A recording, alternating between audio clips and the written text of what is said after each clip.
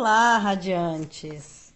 Seguimos nossa leitura comentada do livro Um Curso em Milagres, capítulo 5, Cura e Integridade, versículo 5, o uso da culpa pelo ego. Respirando fundo, sintonizando nossa frequência para receber cada uma dessas palavras no coração, com a alma, para que a nossa essência verdadeira seja acessada com facilidade. Primeiro parágrafo.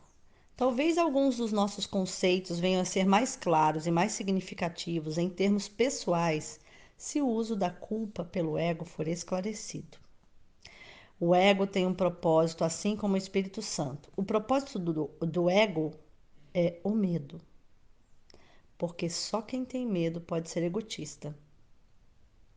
A lógica do ego é tão impecável quanto a do Espírito Santo, porque a tua mente tem ao seu dispor os meios para ficar do lado do céu e da terra, conforme elegeres.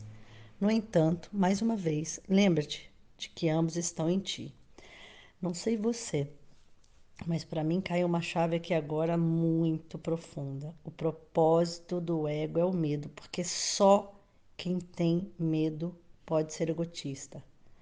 E para mim é muito nítido que todas as escolhas que eu faço que me causam esse estado de baixa frequência, né, de apego, de mágoa, de culpa, todos eles são estados onde eu estou agindo por medo, quer dizer, por apego, por medo de perder tal pessoa, por medo de perder tal trabalho, por medo de ficar igual tal pessoa das minhas gerações, com medo de, de morrer, com medo de não ser aceita, não ser amada, com medo de não ter dinheiro.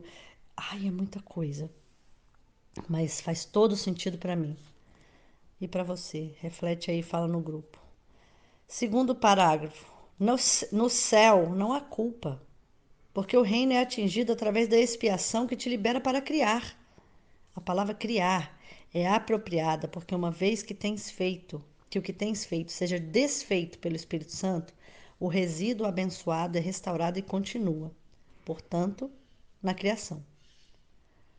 O resíduo abençoado é restaurado e continua, portanto, na criação.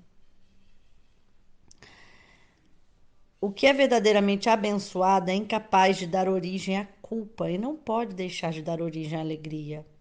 Isso o torna invulnerável para o ego, porque a sua paz é inexpugnável. É invulnerável à ruptura porque é íntegro. A culpa sempre produz uma ruptura. Qualquer coisa que engendre medo, divide, porque obedece à lei da divisão. Se o ego é o símbolo da separação, é também o símbolo da culpa. A culpa é mais do que apenas algo que não é de Deus, é o símbolo do ataque a Deus. Esse conceito é totalmente sem significado, exceto para o ego. Mas não subestime o poder da crença no ego. É dessa crença que realmente brota toda a culpa.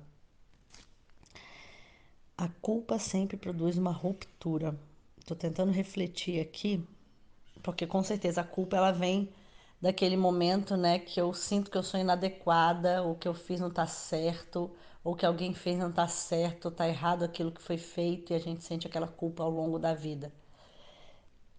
Então ela vem do medo, ela vem do achar que algo deveria ter do se apegar a algo em nós que não é legal, mas que já foi ou no outro. Então qualquer coisa que engendra o medo vai dividir. E essa divisão interna é muito cansativa, né? Capítulo 3. O ego é a parte da mente que acredita em divisão. Como poderia uma parte de Deus se desligar sem acreditar que o está atacando? Falamos anteriormente de problema de autoridade que está baseado no conceito da usurpação do poder de Deus. O ego acredita que é isso que fizesse, porque acredita que ele é o que você é. Se você se identifica com o ego, tem que perceber como se fosse culpado. Sempre que você responde ao teu ego, vai experimentar a culpa e temer a punição. Uau! O ego é bem literalmente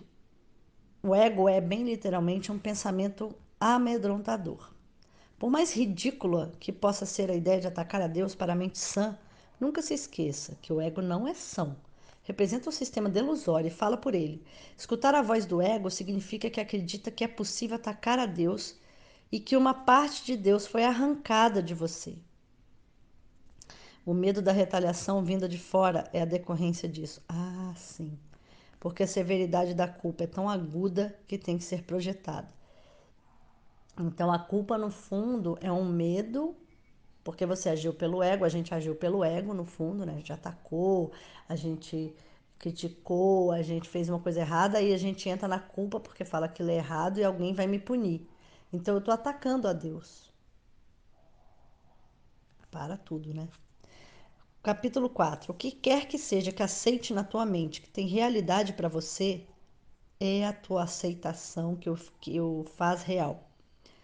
Se entroniza, de botar no trono, né? O ego na sua mente, a tua permissão para que ele entre, faz dele tua realidade. Isso é assim porque a mente é capaz de criar a realidade ou fazer ilusões. Eu disse anteriormente que você precisa aprender a pensar com Deus. É interessante que não é pensar como Deus, é com Deus. Nos coloca, ao mesmo tempo, humildes, né, diante ou submissos, ou sob a direção, ou sob a condução de uma força maior que sabe mais, que compreende mais amplamente, e ao mesmo tempo com a mesma força em nós, ou seja, nós somos Deus, mas ao mesmo tempo Deus ainda traz uma força mais conectada do que nós. É muito bonito isso. Pensar com Ele e pensar como Ele. Isso engendra alegria, não culpa, porque é natural. A culpa é um sinal seguro de que o teu pensamento não é natural. O pensamento não natural será sempre acompanhado pela culpa, porque é uma crença no pecado. Quer dizer, se eu me sinto culpado, eu acho que eu pequei, que eu errei, ou que o outro fez está errado. O ego não percebe o pecado como uma falta de amor, mas como um ato indubitável de agressão. Para Deus, o ego é só falta de amor, e para o ego é um ato de agressão. Alguém te agrediu, ou você agrediu alguém ou alguma coisa, né? Ou a si mesmo. Isso é necessário para a sobrevivência do ego. Logo que considere o pecado como uma falta, irá automaticamente te remediar a situação e terá sucesso. O ego considera isso como uma condenação, mas tem que aprender a considerar como liberdade. Quer dizer, como que eu, que fiz uma coisa errada, vou falar assim, isso aqui é só falta de amor e ficar numa boa, né? O ego vai falar assim, que isso? Quem você pensa que é, né? Para libertar você mesmo do ego. Mas para o espírito, que sabe que tudo é falta de amor, é liberdade. Então a gente tem que aprender, olha aqui, tem que aprender a considerar como liberdade. Ou seja, mudar nossas crenças. Pegar outro pacotinho de crença e botar no lugar daqueles que você sempre teve. Claro, com embasamento espiritual profundo, que é o caso aqui, né? A mente, capítulo 5. A mente sem culpa não pode sofrer. A mente sem culpa não pode sofrer. Sendo sã, a mente cura o corpo porque ela foi curada. A mente sã não pode conceber a enfermidade, porque não pode conceber ataque a qualquer pessoa ou qualquer coisa. Eu disse antes que a enfermidade é uma forma de mágica. Poderia ser melhor dizer que é uma forma de solução mágica. O ego acredita que se punindo vai atenuar a punição de Deus. Gente, presta atenção nisso. Entretanto, mesmo nisso, ele é arrogante.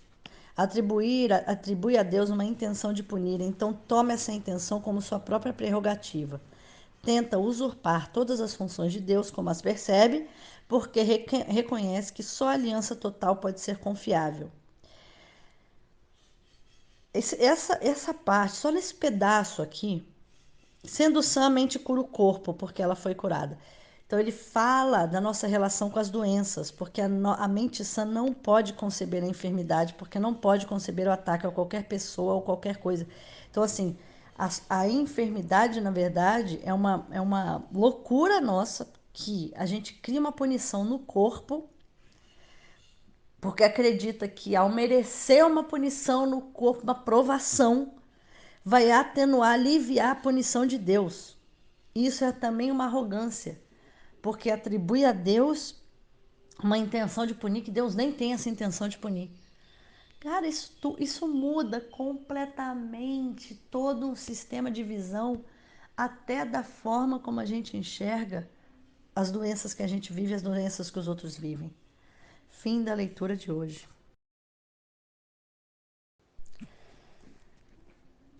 Respira fundo para revisão do livro de exercícios do livro Um Curso em Milagres, interpretada por mim, Maria do Sol. Estamos na parte 1, revisão 1, lição 52. A revisão de hoje abrange as ideias 6, 7, 8, 9 e 10. Primeira revisão de hoje. Eu estou transtornado porque vejo algo que não existe.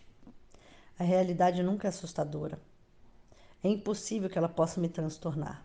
A realidade só traz perfeita paz. Quando estou transtornada é sempre porque substituí a realidade por ilusões que inventei. As ilusões me transtornam porque eu tenho dado realidade a elas e assim considero a realidade como uma ilusão. Nada na criação de Deus é, de modo algum, afetado por essa minha confusão. Estou sempre transtornado por nada. Não sei quanto a você, mas na revisão, agora que já passaram 50 lições, dá uma sensação de compreensão muito maior do que diz. Por isso que eu te digo assim, à medida que você for ouvindo e fazendo as lições, confia que fazer as lições vai te trazendo mais clareza. Não tenta entrar muito em como, por que isso, por que aquilo, porque à medida que as coisas vão caminhando, você vai entendendo. Porque é um entendimento que vai além da mente do ego, né?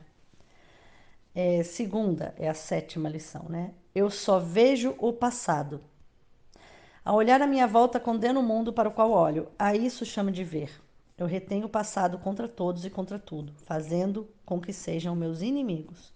Quando eu tiver perdoado a mim mesmo e lembrado quem eu sou, abençoarei a todos e a tudo que vejo. Não haverá nenhum passado, portanto, nenhum inimigo, e olharei com amor para tudo o que falhei em ver antes. Terceira lição, que é a lição 8 para hoje. A minha mente está preocupada com pensamentos passados. Vejo só os meus próprios pensamentos e a minha mente está preocupada com o passado. Assim, o que posso ver tal como é? Que eu me lembre de que só olho para o passado a fim de impedir que o presente desponte na minha mente. Que eu compreenda que estou tentando usar o tempo contra Deus. Que eu aprenda a descartar o passado, reconhecendo que ao fazê-lo não estou desistindo de nada. Quarta revisão de hoje é a lição 9. Eu não vejo nada tal como é agora. Se nada vejo tal como é agora, pode-se verdadeiramente dizer que não vejo nada. Eu só posso ver o que é agora. A escolha não está em ver o passado ou o presente. A escolha está meramente em ver ou não ver. O que eu tenho escolhido ver me custou a visão. Olha que bonito isso.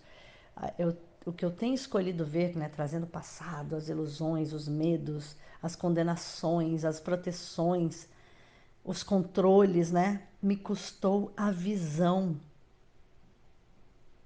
Uma visão linda de um mundo perfeito, cheio de amor, cheio de cura, cheio de bondade, cheio de possibilidades, cheio de compaixão.